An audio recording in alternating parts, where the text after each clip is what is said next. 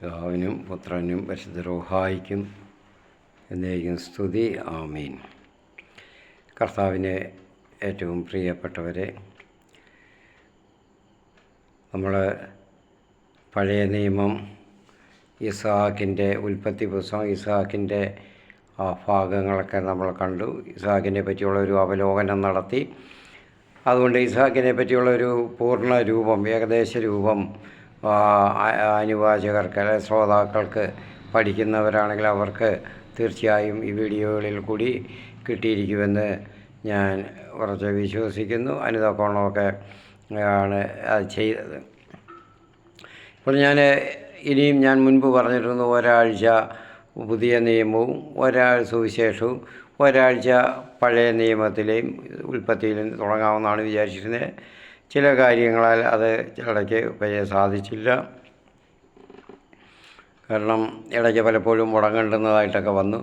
അപ്പോൾ ഇനിയും ഇസ്ഹാക്കിൻ്റെ ആ ഒരു ഭാഗത്തോടു കൂടി നിർത്തുക. അടുത്തത് പഴയ നിയമ ഉൽപ്പത്തിയിൽ യാക്കോബിൻ്റെ ഭാഗങ്ങളാണ്. അത് നമുക്ക് ഒരാഴ്ച കഴിഞ്ഞിട്ട് എടുക്കാം. 2-3 എപ്പിസോഡ് പുതിയ നിയമത്തിൽ വിശുദ്ധ ലൂക്കായുടെ സുവിശേഷമാണ് നമ്മൾ പഠിച്ചുകൊണ്ടിരുന്നത്. 2-ാം അധ്യായം വരെ ഞാൻ എടുത്തിരുന്നു. 2-ാം അധ്യായം, അതായത് യേശുവിൻ്റെ ശൈശവകാലം, ബാല്യകാലം വരെയുള്ള ഭാഗം. അവിടുന്ന് അത് വിശുദ്ധ ലൂക്ക പറയുന്നത്, യേശു 2-ാം അധ്യായത്തിൽ 52-ാം വാക്യത്തിൽ പറയുന്നു, യേശു ജ്ഞാനത്തിലും പ്രായത്തിലും ദൈവത്തിൻ്റെയും മനുഷ്യരുടെയും പ്രീതിയിലും വളർന്നു വന്നു എന്നാണ്. ഇത് 12-ാമത്തെ വയസ്സിലാണ്. ദൈവാലയത്തിൽ വെച്ച് അതുവരെ പഠിച്ച ഒരു യഹൂദ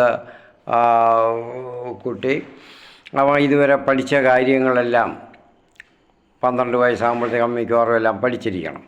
അപ്പോൾ അതിനെപ്പറ്റി ഒരു വിലയിരുത്തൽ അവർക്കുണ്ട്. എന്ന് പറഞ്ഞാൽ ഒരു പരീക്ഷ തന്നെ. അപ്പോൾ ചോദ്യങ്ങൾ ചോദിക്കുക, അതിനുത്തരം പറയുക, അത് കേൾക്കുക, സംശയങ്ങൾ ചോദിക്കും. അപ്പോൾ അതിനുള്ള ഉത്തരങ്ങളൊക്കെ പറഞ്ഞു കൊടുക്കുക. ആ കുട്ടിയെ കൊണ്ട് തന്നെ, ബാലനെ കൊണ്ട് തന്നെ എല്ലാം കാര്യങ്ങളൊക്കെ പറയിക്കുക, വിശദമായിട്ട് പറയിക്കുക ഓരോ ചോദ്യങ്ങൾക്കും.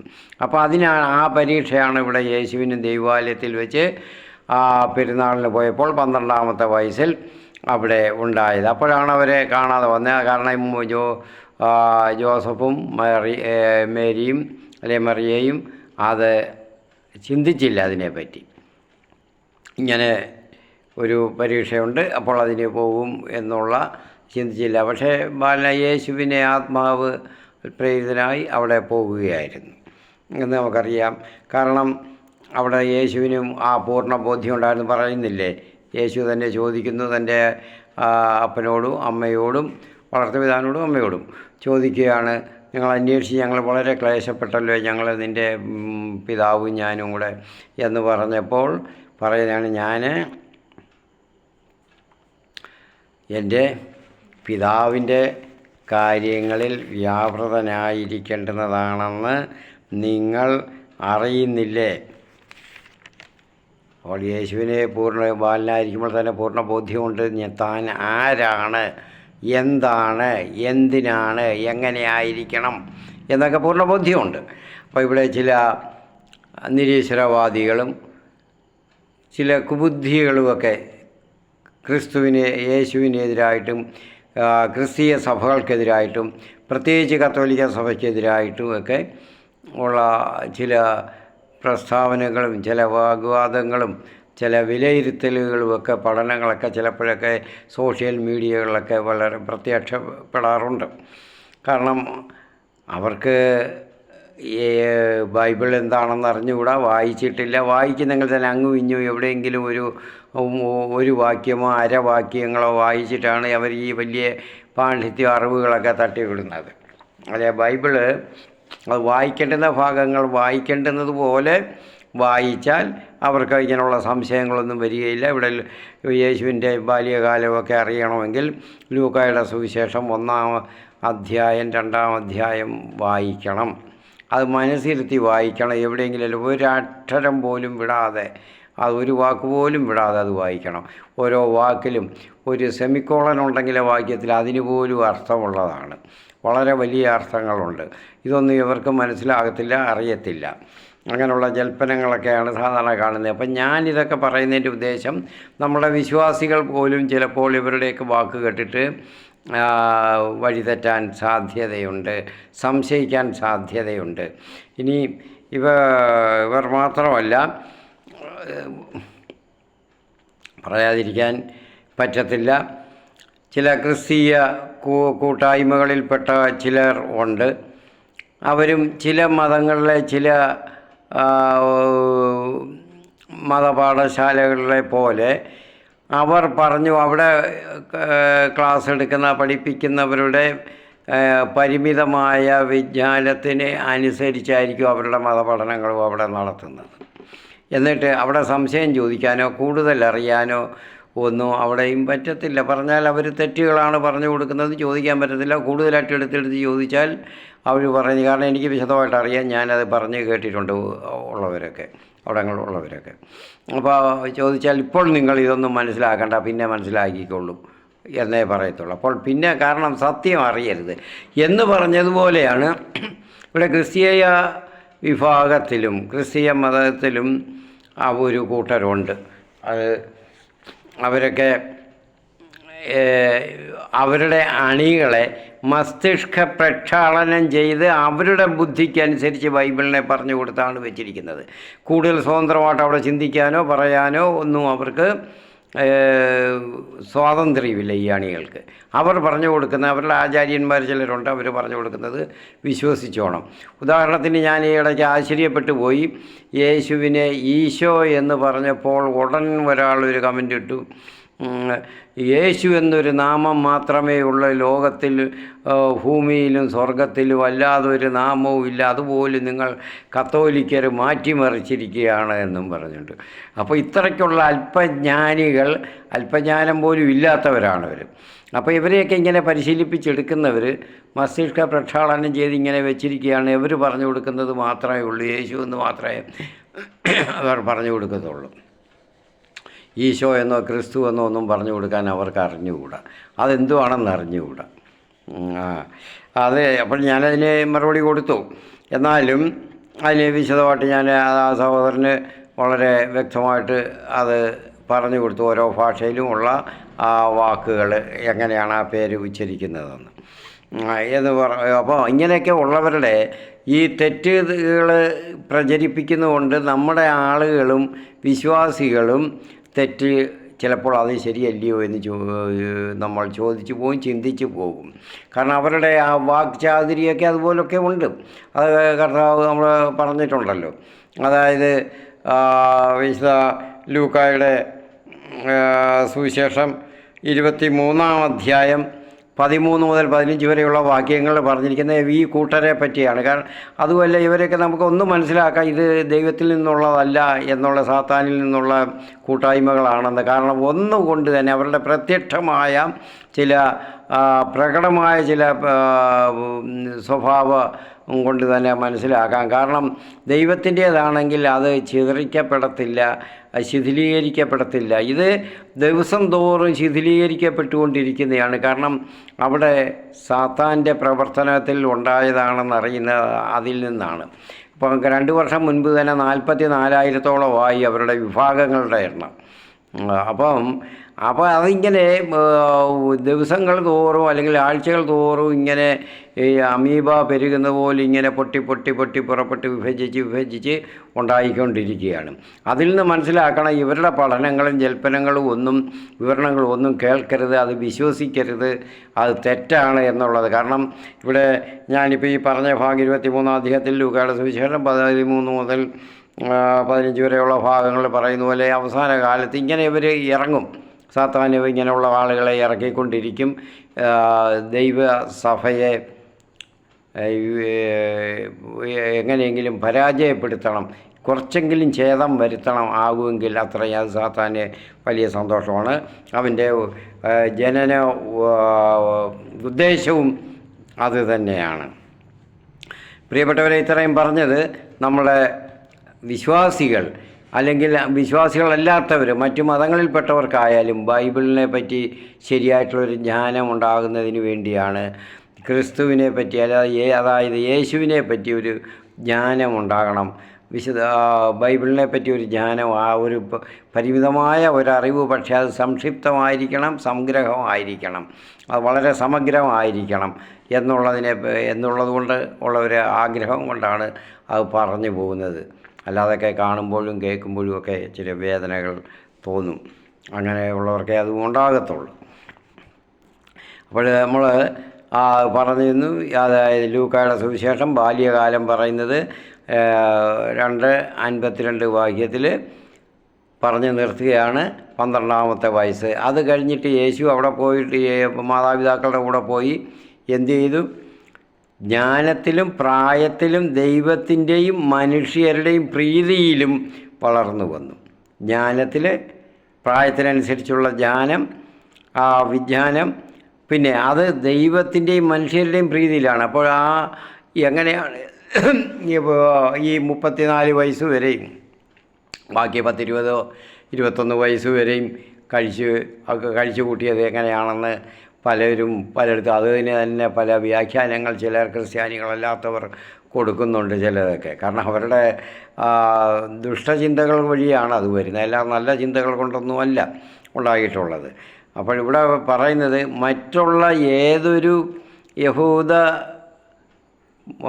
പുരുഷനും യുവാവും അവരുടെ വീടുകളിൽ കുലീനത്വത്തിലുള്ള ഭവനങ്ങളിൽ എങ്ങനെ വളരുന്നുവോ അതുപോലെ നിഷ്ഠയോടുകൂടി തന്നെ മതകാര്യങ്ങളിലും ഭൗതിക കാര്യങ്ങളിലും നിഷ്ഠയോടുകൂടി തന്നെ വളർന്നു വന്നിരുന്നു എന്നാണ് അവിടെ കാണുന്നത്. അപ്പോൾ നമുക്ക് മനസ്സിലാകും, മാതാവും പരിശുദ്ധ കന്യാമറിയവും വിശുദ്ധ യൗസേപ്പും തൻ്റെ വാത്സല്യ ഭാജനത്തിന് മകന് കിട്ടാവുന്ന ഏറ്റവും നല്ല വിദ്യാഭ്യാസം തന്നെ അവിടെ കൊടുത്തതായിട്ടാണ് ഈ 12-ാമത്തെ വയസ്സിൽ ദൈവാലയത്തിലുള്ള തർക്കങ്ങളും എല്ലാം ചോദ്യോത്തരങ്ങളും പരീക്ഷകളിലെല്ലാം കാണുന്നത്. കാരണം എന്തുമാത്രം തൻ്റെ വാക്ചാതുരി കൊണ്ട് അവരെയൊക്കെ പിടിച്ചിരുത്തേണ്ടി വന്നു. ചോദ്യം ചോദിക്കുന്ന ഉത്തരം പറയുമ്പോൾ ആ ഉത്തരം അവർക്ക് പോലും മനസ്സിലാകാത്ത വിധത്തിലുള്ള വളരെ സമഗ്രമായിട്ടുള്ള കാര്യങ്ങളായിരുന്നു അതിനകത്തുള്ളത്. അത് കണ്ട് അവർ തന്നെ അത്ഭുത സ്തബ്ധരായി ഇരുന്നു പോയി എന്നാണ് കാണുന്നത്. അപ്പോൾ അതിന് ഉത്തരം പറയുക, അവരോട് ചോദിക്കുക, ഇത് പറഞ്ഞു കൊടുക്കുക. കാരണം അവർക്ക് പോലും പഠിക്കേണ്ടി വന്നു യേശുവിൽ നിന്ന്, ബാലനായ 12 വയസ്സുകാരനായ യേശുവിൽ നിന്ന് എന്നാണ് നമ്മൾക്ക് ആ സംഭവങ്ങളെപ്പറ്റി പഠിക്കാൻ സാധിക്കുന്നത്. അപ്പോൾ എന്നിട്ട് ഇങ്ങനെ വളർന്നു വന്ന യേശുവിന് ഈ ജ്ഞാനവും ഇതെല്ലാം കൊടുത്ത ആരായി? യൗസേപ്പും മേരിയും തന്നെയാണ്, അമ്മയായ മറിയവും തന്നെയാണ് കൊടുത്തത്. കാരണം അമ്മ മറിയം ദൈവാലയത്തിലാണ് വളർന്നു വന്നത്. ഈ 12 വയസ്സ് വരെയും അവിടെയാണ് വളർന്നു വന്നത്. അപ്പോൾ ഇതെല്ലാം ശരിയായിട്ട് എല്ലാം പഠിച്ച് നല്ല ശിക്ഷണത്തിലാണ് വളർന്നത്. അപ്പോൾ ഈ അറിവുകളെല്ലാം അവിടെ കൊടുത്തിരുന്നു. പിന്നെ യേശുവിന് ദൈവത്തിൻ്റെ പ്രത്യേകമായിട്ടുള്ള കൃപയുണ്ടാകായിരുന്നു. കാരണം ദൈവപുത്രനാണ്. അപ്പോൾ ഒരിക്കൽ അത് വായിക്കുന്നതും എല്ലാം ഗ്രഹിക്കാനും അതിൻ്റെ നിഗൂഢാർത്ഥങ്ങളെല്ലാം മനസ്സിലാക്കാനും ഒക്കെ സ്വായത്തമാക്കാനും ഒക്കെ സാധിച്ചിരുന്നു. അവർ അതിന് അവരുടെ എല്ലാവരുടെയും സഹായവും മാതാപിതാക്കളുടെ പൂർണ്ണമായിട്ടുണ്ടായിരുന്നു. അപ്പോൾ നമുക്ക് ഇതിന് ശേഷം അദ്ദേഹത്തിൻ്റെ പരസ്യ ജീവിതം ഞാൻ പറഞ്ഞ 22 വയസ്സ് വരെ ഉണ്ടെന്ന് ഉണ്ട്. കാരണം ചരിത്ര പണ്ഡിതന്മാർ, ദൈവശാസ്ത്ര പണ്ഡിതരൊക്കെ അന്നത്തെ കാലഘട്ടത്തിലെ ചരിത്രങ്ങളും ഓരോ സംഭവങ്ങളും ഒക്കെ നോക്കി വിലയിരുത്തുമ്പോൾ 34-ാമത്തെ വയസ്സിലാണ് തൻ്റെ പരസ്യ ജീവിതം ആരംഭിക്കുന്നതെന്ന് കാണുന്നു. സാധാരണയായിട്ട് നമ്മൾ വിശ്വസിച്ചിരിക്കുന്നത്, സാധാരണ കേൾക്കുന്നത് 30-ാമത്തെ വയസ്സ് തുടങ്ങി 33 വയസ്സിൽ അല്ലെങ്കിൽ 33.5 വയസ്സിൽ ജീവിതം അവസാനിച്ചു എന്നുള്ളതാണ്. പക്ഷേ അങ്ങനെയല്ല, 34-ാമത്തെ വയസ്സിൽ തുടങ്ങിയെന്നാണ് കാലത്തിൻ്റെ ഓരോ ചരിത്ര സംഭവങ്ങളും എല്ലാം വെച്ച് നമ്മൾ കണക്കാക്കുമ്പോൾ അങ്ങനെയാണ്. അപ്പോൾ ഞാനിത് ഉദ്ദേശിക്കുന്നത് യേശുവിൻ്റെ പരസ്യ ജീവിതം നമ്മൾ ആരംഭിക്കുമ്പോൾ യേശു എങ്ങനെയായിരുന്നു, പൂർണ്ണ മനുഷ്യനായ യേശു ഏതു വിധത്തിലായിരുന്നു മനുഷ്യനായിട്ട് എന്നുള്ള ഒരു മാനുഷിക വീക്ഷണത്തിൽ കൂടി നമ്മൾ മനസ്സിലാക്കിയിരിക്കണം, അല്ലെങ്കിൽ തെറ്റുപറ്റും. പലരുടെയും ഈ ഇങ്ങനെയുള്ള ഞാൻ നേരത്തെ പറഞ്ഞ തെറ്റായ പ്രബോധനങ്ങളിലും അവരുടെ വ്യാഖ്യാനങ്ങളിലൊക്കെ നമ്മൾ വീണു പോകരുത്. അതുകൊണ്ടാണ് നമുക്കൊരു വിലയിരുത്തൽ നടത്തേണ്ടത്. ഈ വിലയിരുത്തൽ നടത്തുന്നത് സുവിശേഷങ്ങളിൽ നിന്ന് തന്നെയാണ്. ഈ സുവിശേഷങ്ങളിൽ തന്നെ ആവശ്യത്തിനുള്ള എല്ലാ കാര്യങ്ങളും അതിനകത്തുണ്ട്. ഇതൊക്കെ നമ്മൾ വേർതിരിച്ചെടുക്കണം. ഓരോ ഭാഗത്തു നിന്ന് ചിന്തിച്ച് അത് വേർതിരിച്ചെടുക്കണം. അതിന് ആത്മാവ് നമ്മളെ സഹായിക്കും, നമ്മൾ മനസ്സ് വെച്ചാൽ. അങ്ങനെ കിട്ടിയ അല്പം കാര്യങ്ങളാണ് നിങ്ങളുമായിട്ട് പങ്കുവയ്ക്കുന്നത്. ഇത് 3-4 എപ്പിസോഡ് ചെയ്യാനൊന്നും ഞാൻ ഉദ്ദേശിക്കുന്നില്ല. നമുക്ക് സുവിശേഷം പഠിക്കണം ഇനി 3-ാം അധ്യായം മുതൽ. അപ്പോഴങ്ങനെ ഇനിയും ഇവിടെ ചിലരൊക്കെ പറയുന്നുണ്ട് കാശ്മീരിൽ അതൊക്കെ ഈ ഇസ്ലാമിസ്റ്റുകളാണ്, പാകിസ്ഥാനിലുള്ള ഇസ്ലാമിസ്റ്റുകളാണ്, അവരുടെ അനുഭവമുള്ളവർ ഇവിടെ ഉള്ളവരും പറയുന്നുണ്ട് കാശ്മീരിൽ പോയി താമസിച്ചിരുന്നു. അവിടെ യേശു അവിടെയാണ് മരിച്ചത്, അവിടെ ദർഗായുണ്ട്, അങ്ങനെ ഇങ്ങനെയെന്നൊക്കെ പറഞ്ഞ് പരത്തുന്നുണ്ട്. എന്ത് ചെയ്യാൻ, സാത്താൻ്റെ ചില പ്രബോധനങ്ങൾ എന്നേ ഉള്ളൂ. അതിന് ചരിത്രപരമായിട്ട് ഒരു തെളിവുകളോ കാര്യങ്ങളോ ഒന്നുമില്ല. അപ്പോൾ ഇങ്ങനെയുള്ളതിലൊക്കെ അതിനൊക്കെ ഉള്ള തക്കതായ മറുപടിയാണ് ഞാൻ ഇതിനകത്ത് കൊടുക്കുന്നത്. അപ്പം അല്ലാതെ ആ യേശു നസ്രത്തിൽ സ്വന്തം ഭവനത്തിൽ അവിടെ തന്നെ കഴിഞ്ഞുകൂടി ആ മാതാപിതാക്കളെ ജോലികളിൽ സഹായിച്ച് പിതാവിൻ്റെ കൂടെ മരപ്പണിയിലും സഹായിച്ച് കുടുംബത്തെയും നോക്കി, കുടുംബത്തിന് വേണ്ടി അവർ 3 പേരടങ്ങുന്ന ആ കുടുംബത്തിൻ്റെ എല്ലാ കാര്യങ്ങളിലും പിതാവിനെ പോലെ തന്നെ ഭാഗഭാക്കായിരുന്നു എല്ലാം. പിന്നെയും അതുപോലെ തന്നെ നമുക്ക് കാണാം, യേശുവിൻ്റെ പഠനങ്ങളിലൂടെ സാധാരണ ഒരു യഹൂദൻ യുവാവ് മനസ്സിലാക്കുന്നത് പോലുള്ള എല്ലാ കാര്യങ്ങളും, സാമൂഹികം, സാമ്പത്തികം, കാർഷികം, രാഷ്ട്രീയം, സാംസ്കാരികമായ എല്ലാ കാര്യങ്ങളിലും അവഗാഹം നേടിയിരുന്നു. അതെല്ലാം കണ്ട് കേട്ട് അനുഭവിച്ച് അറിഞ്ഞ് മനസ്സിലാക്കിയിരുന്നു, സഞ്ചരിച്ചിരുന്നു. സഞ്ചരിച്ച് ആ പലസ്തീന പ്രദേശങ്ങളൊക്കെ സഞ്ചരിച്ച് ഇതൊക്കെ മനസ്സിലാക്കിയിരുന്നു. അതുകൊണ്ടാണ് ആ ഉപമകളിലും കഥകളിലുമൊക്കെ അദ്ദേഹം പറഞ്ഞു കൊടുക്കുന്ന കഥകളിലും കാര്യങ്ങളിലും സാദൃശ വാക്യങ്ങളിലുമൊക്കെ ഈ വക കാര്യങ്ങളെല്ലാം വിശദമായിട്ട് പ്രതിപാദിച്ച് തൻ്റെ പ്രബോധനത്തിന് പറ്റിയത് എടുക്കുന്നത്. അപ്പോൾ അന്നും മനസ്സിലാക്കണം. അതുപോലെ തന്നെ അന്നത്തെ ലോകത്തിലെ മതപരവും സാമൂഹികമായ സ്ഥിതി നമ്മളൊന്ന് മനസ്സിലാക്കണം. അപ്പോൾ അന്നത്തെ ലോകത്തിൽ പാലസ്തീനയിൽ യൂദയ, ഗലീലി, സമറിയ എന്നിവിടങ്ങളെല്ലാം യഹൂദ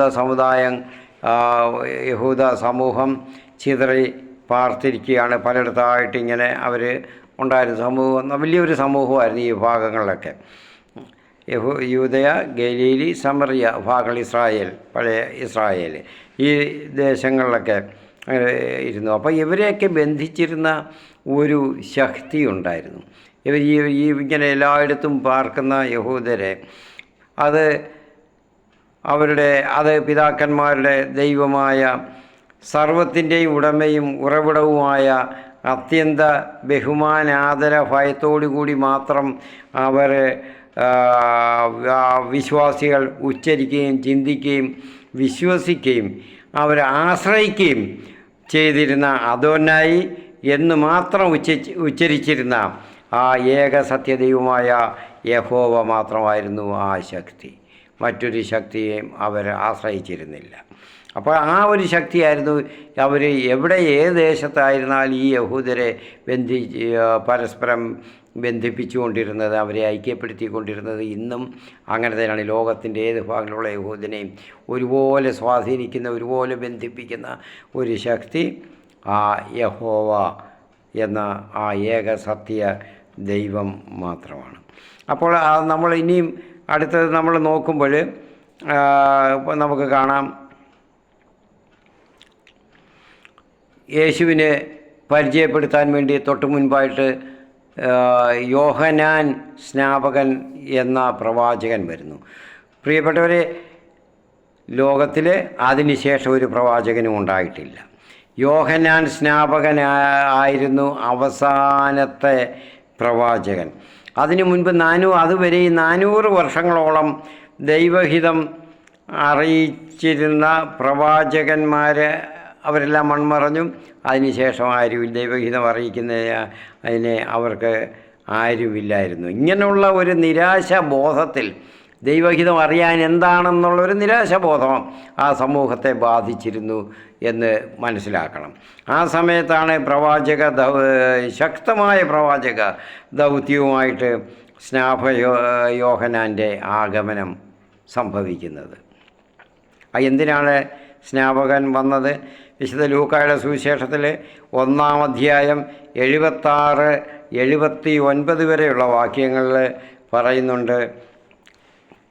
76 മുതൽ 79 വരെ യോഹന്നാൻ്റെ പിതാവ് തന്നെ സഖറിയ തന്നെ പുരോഹിതൻ പറയുന്നു,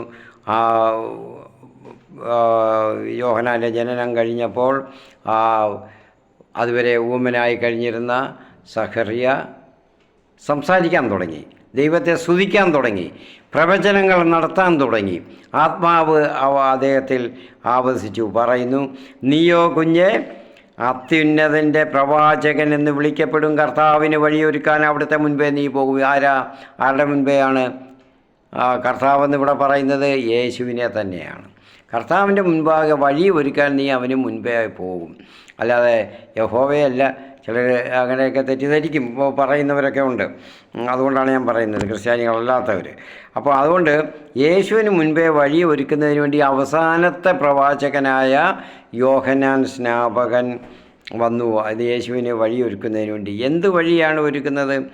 അത് അവിടുത്തെ ജനത്തിന് പാപമോചനം വഴിയുള്ള രക്ഷയെക്കുറിച്ചുള്ള അറിവ് കൊടുക്കാനും, അല്ലാതെ മറ്റു വഴി ഒന്നും ഒരുക്കാനല്ല. മറ്റുള്ളവരെ പരിചയപ്പെടുത്തി ഇങ്ങനെ പോകണം, അങ്ങനെയാണ്, അവിടാണ്, ഇവിടാണെന്നൊക്കെ പറഞ്ഞു കൊടുക്കാനൊന്നുമല്ല. അവർക്ക് പാപമോചനം വഴിയുള്ള ആത്മീയ രക്ഷ, ഭൗതികവും ശാരീരികവുമായ രക്ഷയും പാപമോചനം വഴിയാണ് ഉണ്ടാകുന്നത്. അതിനെയൊക്കെ പറ്റിയൊക്കെ വിശദമായിട്ട് ഞാൻ സുവിശേഷ പാഠങ്ങൾ എടുക്കുമ്പോൾ അത് പറഞ്ഞു തരും. രക്ഷയെക്കുറിച്ച് അറിവ് കൊടുക്കാനും, നമ്മുടെ ദൈവത്തിൻ്റെ കാരുണ്യ അതിരേകം കൊണ്ട് ഉയരത്തിൽ നിന്നുള്ള ഉദയരശ്മി നമ്മെ സന്ദർശിക്കുമ്പോൾ, ഉയരത്തിൽ നിന്നുള്ള ഉദയരശ്മി ഏതാണ്? യേശു തന്നെയാണ്. കർത്താവിൻ്റെ അറിയിപ്പ്, അത് കഴിഞ്ഞ് ജനനം, അങ്ങനെ ജനനം ഉണ്ടാകുമ്പോൾ യേശുവിൻ്റെ ജനനം നമ്മളെ സന്ദർശിക്കുമ്പോൾ ഇരുളിലും മരണത്തിൻ്റെ നിഴലിലും ഇരിക്കുന്നവർക്ക് പ്രകാശം വീശാനും സമാധാനത്തിൻ്റെ മാർഗത്തിലേക്ക് നമ്മുടെ പാദങ്ങളെ നയിക്കാനും വേണ്ടിയാണ്. നമ്മുടെ പാദങ്ങളെന്ന് പറയുമ്പോൾ നമ്മുടെ ചിന്താസരണികൾ, പാദങ്ങളും പറയാം, നമ്മുടെ ചിന്താസരണികൾ, നമ്മുടെ മനസ്സ്, നമ്മുടെ മനസ്സിനെ ആ ദൈവത്തിൻ്റെ മാർഗത്തിലേക്ക്, സമാധാനത്തിൻ്റെ മാർഗത്തിലേക്ക് നയിക്കാനാണ്. നിരാശയിൽ കഴിഞ്ഞിരുന്ന ആ ജനക്കൂട്ടം വെളിച്ചം കണ്ടു അവിടെ. അങ്ങനെ അവർക്ക് സമാധാനത്തിൻ്റെ മാർഗത്തിലേക്ക് അവരെ നയിക്കാനാണ്. യേശു ക്രിസ്തുവാണ് സമാധാനം ലോകത്തിൽ വിളംബരം ചെയ്തത് ആദ്യമായിട്ട് തന്നെ. അല്ലാതെ മറ്റൊരാൾക്കും ശാശ്വതമായ സമാധാനം, മറ്റുള്ളവരൊക്കെ രാജാക്കന്മാർ, ചക്രവർത്തിമാർ ഒക്കെ സമാധാനം ഉണ്ടാക്കാനൊക്കെ പറയും. ഇവിടെ റോമൻ അധികാരത്തിൽ അവർ ചക്രവർത്തിമാരൊക്കെ പറയും സമാധാനം, റോമൻ സമാധാനം എന്നൊക്കെ പറഞ്ഞാൽ അവർ എല്ലാം കീഴടക്കി അവരുടെ വരുതിയിലാക്കി ഇനി അവർ പറയുന്നത് മാത്രമേ നടക്കത്തുള്ളൂ, അത് സമാധാനമാണ്, അതാണ് സമാധാനമായിട്ട് സ്വീകരിക്കേണ്ടതെന്നായിരുന്നു. അതങ്ങനെയല്ല. ശാശ്വതമായ ഇഹത്തിലും പരത്തിലും, ഈ ലോക ജീവിതത്തിലും വരാനിരിക്കുന്ന ലോകത്തിലുമുള്ള ശാശ്വത സമാധാനത്തിലേക്ക് നമ്മുടെ പാദങ്ങളെ നമ്മളെ നയിക്കാൻ വേണ്ടി ആണ്. അപ്പോൾ അതിനു വേണ്ടി വഴി ഒരുക്കാനാണ്. അതിന് ജനങ്ങളെ ഒരുക്കണം, അവരുടെ മനസ്സുകളെ ഒരുക്കണം. ഇതാണെന്ന് അവർക്ക് ചൂണ്ടിക്കാണിച്ചു കൊടുക്കണം, ഇന്നാരാണ് ആ മനുഷ്യനെന്ന്. യോഹന്നാൻ അത് കാണിച്ചു കൊടുത്തു. പക്ഷേ യഹൂദർക്ക് അത് ഗ്രഹിക്കാൻ പറ്റിയില്ല. കാരണം യേശു നസ്രത്തിൽ നിന്നുള്ളതാണ്. ഇത് യോഹന്നാൻ്റെ സുവിശേഷത്തിൽ തന്നെ നഥാനയേൽ ഫിലിപ്പോസിനോട് ചോദിക്കുമ്പോൾ പറയുന്നുണ്ട്,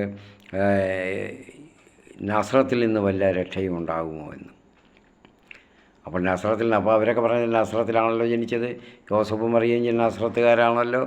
പക്ഷേ അവർ ബെത്ലഹേമിലാണ്. ബൈബിൾ ഇതിൽ പറയുന്ന പോലെ തന്നെ അവർ ഇതുവരെ ഇത്രയും സൃഷ്ടിയുടെ ആരംഭകാലം മുതൽ തന്നെ ജനതതി പ്രതീക്ഷിച്ചിരുന്ന ആ രക്ഷകൻ അത് ബെത്ലഹേമിൽ നിന്ന് തന്നെയാണ് പിറന്നത്. ബെത്ലഹേമിൽ നിന്നാണ് വന്നത് നസ്രത്തിലേക്ക്. അവർക്കതിന് ശേഷമേ അറിയാവൂ. അതുകൊണ്ട് അവരതാണ് വിശ്വസിച്ചത്. അപ്പോഴങ്ങനെ നമ്മൾ യോഹന്നാൻ സ്നാപകൻ്റെ ആ ആഗമനത്തോടു കൂടി ലോകത്തിന് യേശുവിനെ പറ്റി മനസ്സിലാക്കി കൊടുക്കാനാണ് എന്നത്. യോഹന്നാൻ സ്നാപകൻ്റെ പ്രവർത്തനം അങ്ങനെയായിരുന്നു. അത് നമ്മൾക്ക് വിശദമായിട്ട് സ്നാപകനെ പറ്റി ഇനി പഠിക്കുമ്പോൾ നമുക്ക് മനസ്സിലാക്കാൻ പറ്റും. കാരണം അദ്ദേഹം സ്നാപകൻ എന്ന് പറയുന്നത് സ്നാനം നടത്തിയിരുന്നയാളാണ്. അത് മറ്റാർക്കും അങ്ങനെ സ്നാനം നടത്താനുള്ള അധികാരമില്ലായിരുന്നു. ആത്മാവ് ആവസിച്ച് ദൈവം അതിനെ പ്രചോദിപ്പിച്ചതായിരുന്നു. അപ്പോൾ സ്നാപകനോടുകൂടി ആ ഒരു പഴയ പ്രവാചക യുഗങ്ങൾ അവസാനിക്കുകയായിരുന്നു. ഇനി പുതിയതായിട്ട് യേശുവിൻ്റെ കാലം മുതൽ ഉള്ളത് പ്രവാചകൻ്റെ അല്ല, പിന്നെ മെസ്സിഹ യുഗമാണ് ഇപ്പോൾ നടക്കുന്നത്. അന്ന് മുതൽ ഇപ്പോഴും ഇനിയും തുടരുന്നത്, ഇനിയുള്ള കാലങ്ങളിലും അത് തന്നെയാണ്. മെസ്സിഹ യുഗമാണ്. മെസ്സിഹ എന്ന് പറയുമ്പോൾ നമ്മൾ മെസ്സിഹ എന്ന് ഹീബ്രുവിൽ പറയുന്നു. അതായത് മിശിഹ എന്ന് സുറിയാനിയിലും ഒക്കെ പറയുന്നു. അപ്പോൾ ആ മിശിഹ സുറിയാനിയിലും അറാമായ ഭാഷയിലുമൊക്കെ അതാണ്. അപ്പോൾ അല്ലെങ്കിൽ ഗ്രീക്കിലുമൊക്കെ ക്രിസ്തോസ്. അപ്പോൾ അങ്ങനെ നമ്മൾ മലയാളത്തിൽ ക്രിസ്തു എന്ന് പറയുന്നു. അപ്പോൾ ആ യുഗമാണ് ഇപ്പോൾ ഇപ്പോൾ ഉള്ളത്, യേശുവിനോടുകൂടി വന്നിരിക്കുന്നത്.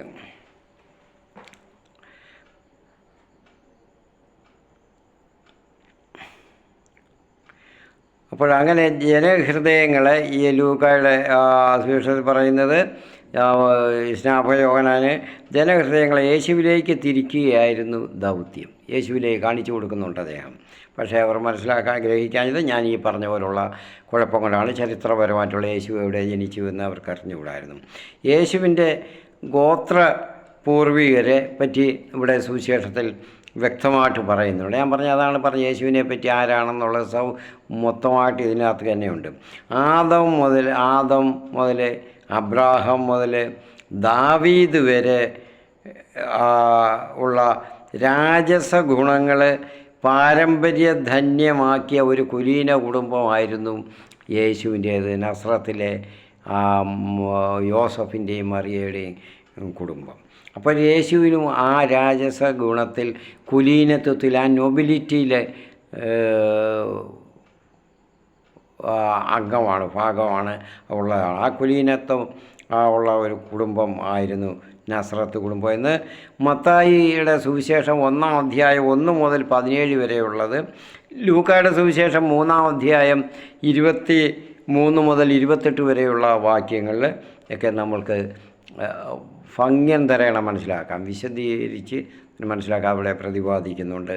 ചരിത്രപരമായിട്ട് വംശാവലി, ആ കുടുംബത്തിൻ്റെ റൂട്ട് എവിടെ ആയിരുന്നുവെന്ന്.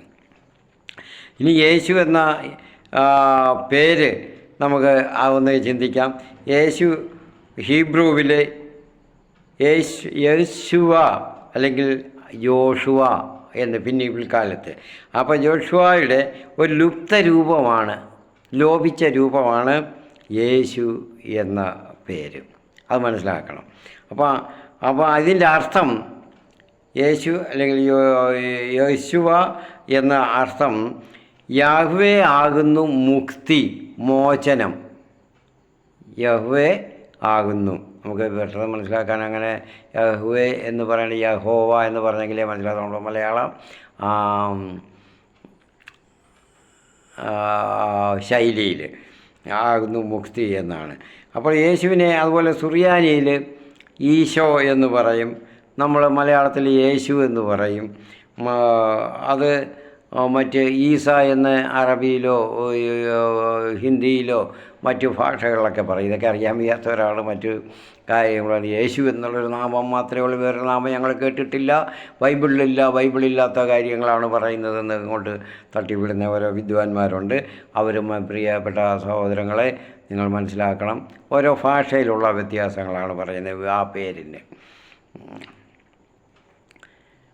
അപ്പം ഇത് നിങ്ങൾക്ക് മനസ്സിലാക്കാത്തത് ഞാൻ നേരത്തെ പറഞ്ഞ പോലുള്ള നിങ്ങളെ പഠിപ്പിക്കുന്നവർ ഇതാണ്. മത്തായിയുടെ സുവിശേഷത്തിൽ 23-ാം അധ്യായത്തിൽ 13 മുതൽ 15 വരെയുള്ള ആ വാക്യങ്ങളിൽ പറയുന്ന കപട പ്രബോധകരാണ്. അതുകൊണ്ടാണ് പ്രിയപ്പെട്ടവരെ, സമയം അരമണിക്കൂറോ എടുത്തു. ഞാൻ ഇത്രയും വിശദീകരിക്കണമെന്ന് വിചാരിച്ചില്ല, പക്ഷേ ഇത്രയും വിശദീകരിക്കാതിരുന്ന പലർക്കും അത് മനസ്സിലാകുകയില്ല, ഗ്രഹിക്കാൻ പ്രയാസം തോന്നും. അപ്പം ഒരു സംശയമില്ലാത്ത വിധത്തിൽ ഇത് നിങ്ങൾക്ക് ഗ്രഹിക്കാൻ സാധിക്കണം. യേശു ആരായിരുന്നു, ആ പരസ്യ ജീവിതം ആരംഭിക്കുമ്പോൾ യേശു എന്ന മനുഷ്യൻ എങ്ങനെയായിരുന്നു എന്നുള്ളത് അതിൻ്റെ ആ സാമാന്യ ഒരു രൂപം കിട്ടണം. ആ ഒരു ആകാരത്തിലും അറിവിലും ബോധത്തിലും എല്ലാം എങ്ങനെയായിരുന്നു എന്ന് മനസ്സിലാക്കണം. അതൊക്കെ ഇനിയും കുറച്ചുകൂടെ വിശദമായിട്ട് രൂപഭാവങ്ങളെപ്പറ്റി നമുക്ക് അടുത്ത എപ്പിസോഡിൽ കേൾക്കാം. പ്രിയപ്പെട്ടവരെ, ഇതൊക്കെ ഒന്നും സ്കിപ്പ് ചെയ്യാതെ മുഴുവനായിട്ട് കാണണം. വളരെ വിലപ്പെട്ട കാര്യങ്ങളാണ്, അത് മനസ്സിലാക്കണം. അപ്പം മറ്റു മതസ്ഥരായാലും ബൈബിളിനെ പറ്റി, യേശുവിനെ പറ്റി ശരിക്കൊന്ന് മനസ്സിലാക്കണം. ഇതെന്താണ്, ക്രിസ്തു മതം എന്താണെന്ന് മനസ്സിലാക്കാൻ ശ്രമിക്കണം. മറ്റ് ഹൈന്ദവ മതത്തിൽ തന്നെ സ്വാമി വിവേകാനന്ദജിയെ പോലുള്ള അവർ ഉന്നതരെല്ലാം വ്യക്തമായിട്ട് പഠിച്ചതാണ്. അതുകൊണ്ടാണ് പഠിച്ചു കഴിഞ്ഞപ്പോഴാണ് അദ്ദേഹം പറഞ്ഞ് വിവേകാനന്ദ സാഹിത്യ സർവസ്വം 18-19 പേജുകളിലൊക്കെ പറയുന്നുണ്ട്, യേശുവിനെ നമ്മൾ യേശു ദേവനെന്നല്ല പറയേണ്ടുന്നത്, യേശു ദൈവപുരുഷനാണ്, ദൈവമാണ്, ദൈവത്തിൻ്റെ അവതാരമാണ് എന്ന്, ദൈവപുത്രനാണ്. നമ്മൾ അദ്ദേഹത്തെ ദൈവപുത്രനായിട്ടാണ്, ദൈവമായിട്ടാണ് ആരാധിക്കേണ്ടതെന്ന് സ്വാമി വിവേകാനന്ദജി പറയുന്നത്. ഞാൻ ജീവിച്ചിരുന്നെങ്കിൽ അന്നത്തെ കാലത്ത് എൻ്റെ ഹൃദയരക്തം കൊണ്ട് ഞാൻ മറ്റേ ഉള്ള ഈ പാപികളൊക്കെ അവരുടെ കണ്ണുനീര് കൊണ്ട് പാദങ്ങൾ കഴുകി, ഞാനായിരുന്നെങ്കിൽ എൻ്റെ ഹൃദയത്തിൻ്റെ, എൻ്റെ ചങ്കിലെ രക്തം കൊണ്ട് യേശുവിൻ്റെ പാദങ്ങൾ ഞാൻ കഴുകി ചുംബിക്കുമായിരുന്നു, പ്രണമിക്കുമായിരുന്നു എന്ന് ഹൃദയരക്തം കൊണ്ട്. അപ്പോൾ ഇതൊക്കെ പഠിച്ചു കഴിയുമ്പോഴേ ഇതൊക്കെ മനസ്സിലാകത്തുള്ളൂ. അപ്പോൾ അങ്ങനെയുള്ള ചില തീവ്രവാദികളൊക്കെ ചിലരിപ്പോൾ അതൊക്കെ അങ്ങ് മാറ്റി വച്ചിരിക്കുകയാണ്. സ്വാമിജിയെ പോലും തമസ്കരിച്ചിരിക്കുന്ന പോലെയാണ് അവരുടെ ചില ജൽപ്പനങ്ങളൊക്കെ കാണുന്നത്. ഞാൻ ആരെയും മോശപ്പെടുത്താനല്ല, യഥാർത്ഥ രീതികൾ മറ്റുള്ളവർ മനസ്സിലാക്കണം, അതിനു വേണ്ടിയാണ് ഇടുന്നത്. പിന്നെ സംശയമുള്ളവർക്ക് എന്നോട് എപ്പം വേണമെങ്കിലും ഫോൺ മുഖേന ബന്ധപ്പെടാം, അതിൽ ഞാൻ എടുക്കും. ദയവ് ചെയ്ത് ഇൻ്റർനെറ്റ് വഴി വിളിക്കരുത്, സാധാരണ വോയിസ് കോൾ മതി, സാധാരണ ഫോൺ കോൾ മതി. അത് വിളിച്ചാൽ ഞാൻ സംശയങ്ങൾ അത് തീർത്തു തരാം. പിതാവിനും പുത്രനും പരിശുദ്ധ റൂഹായ്ക്കും സ്തുതി, ദൈവനാമത്തിന് മഹത്വം ഉണ്ടാകട്ടെ. ആമേൻ.